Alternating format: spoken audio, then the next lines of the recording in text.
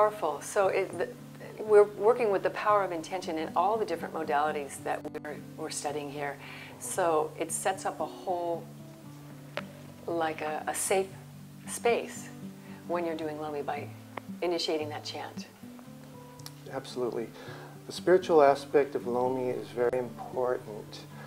People ask me all the time what Lomi Lomi is. And it's not a simple answer, but I could say simply that Lomi Lomi is Hawaiian-style unconditional loving.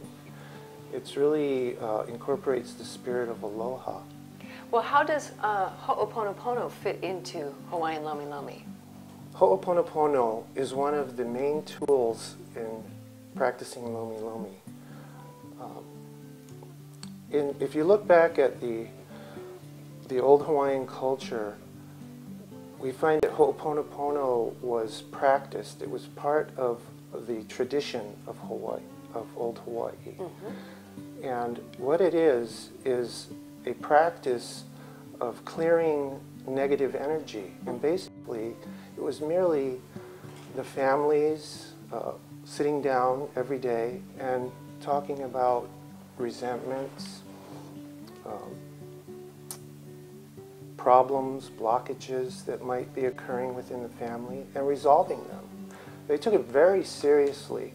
They would not stop until everyone had resolved the issues through owning up to shortcomings and forgiveness. This is something we should be doing every day in our daily lives with our families. Absolutely. Now. We learn in Hawaiian traditional spiritual practices that we revere our ancestors because they made it possible for us to be here today. They were successful in living in harmony with each other, with the environment, and with Keakua. If you think about before pre-Western contact, there was estimated 1 million Hawaiians in the islands. And if you think about how much of the land in the islands is habitable, it's just a small percentage. For all those thousands of people to live in close quarters, to thrive and interact with one another in the environment, you can see how that kind of practice was a benefit. When we do our oli, a lot of our oli, or some of our oli, is focused on the ancestors, and we asked for their wisdom, we asked for their inspiration, their motivation, their mana, their power, so that we can be inspired with the work that we do.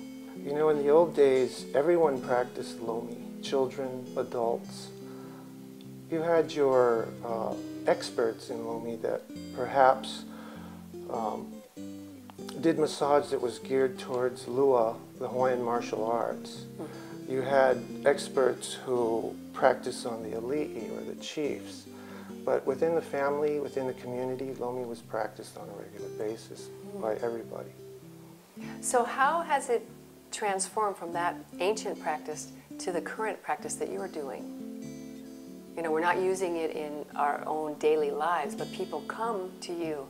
And so how does that work into their life? That's interesting because, you know, as I said before, in the 70s was the Cultural Renaissance.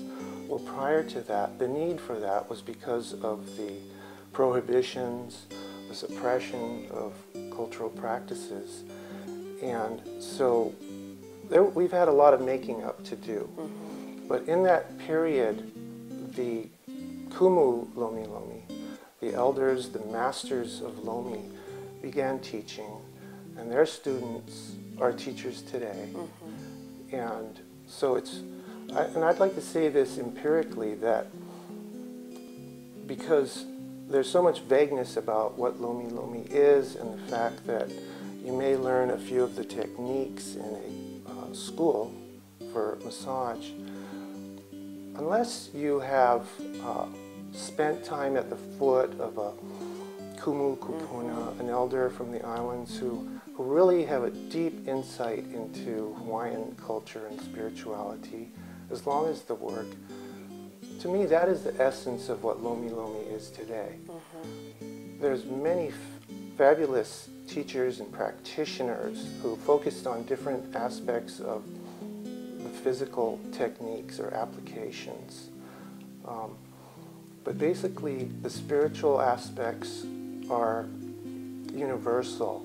And there's nothing like sitting with a kupuna and just being immersed in their presence and their energies.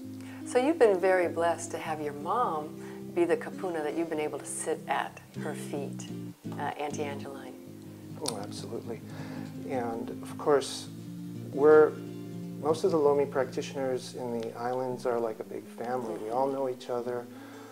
On the big island of Hawaii, every year there's the Hawaiian Lomi Association convention, and Haunani Hopkins is the president. She deserves a lot of credit for bringing in kupuna and kumu from all the islands to the convention. And actually, that's the highlight of the convention, is just to be able to sit with them. Now, can anyone learn Lomi Lomi? Can anyone become a practitioner? I mean, if they have the desire and the willingness and they can come to Hawaii, is it open for anyone who really has an interest to study? Absolutely. Like I said, at one point it had gone underground, but when Auntie Margaret Machado started teaching way back, she's taught thousands of people, it's opened up, you know. If anybody who wants to learn Lomi is more than welcome. The key is how much can you receive it. Right. It's a continuing practice, especially to learn and live the spiritual aspects of Lomi Lomi. Yeah, it's a circular process of giving and receiving. It starts with receiving, but again, you can't, it's a circle, because you cannot receive unless you give yourself permission to receive. So do you feel, this is a question that I posed for myself, so I'm asking you, as a practitioner of the different healing arts that I do, I realize that when I don't do my practice, when I'm not giving, if something comes up for a few weeks and I can't do my practice, that I miss it, that things start to happen that show me this is what you need to do. You need to go out and give. Do you ever feel that when you've been too busy, or you're doing your paperwork, or whatever the business you have, that you have to be continuing your own practice of giving Lomi Lomi? I think so. I think whatever modality of healing, accessing Mauliola, the source of life, whatever practice it is or whatever form it takes, we realize that it's for ourselves as well. And that cycle of giving and receiving doesn't stop when you leave your practice. It's about all of life. So I want to ask you a question about Lomi and Huna. Is there a difference between Huna or the Huna spirituality, or does that play a role also? I think that Hawaiian spirituality is a broad blanket. Whether you're practicing hula, which is very spiritual, whether you're studying spiritual aspects or doing the Lomi, it's all the same culture of Hawaii. As you were saying before, La'au Lapa'au, the herbal medicine, Lomi Lomi, and Ho'oponopono was pretty much the body of medicine for the Hawaiian culture for ages. And it still is today, as long as you have awareness of it.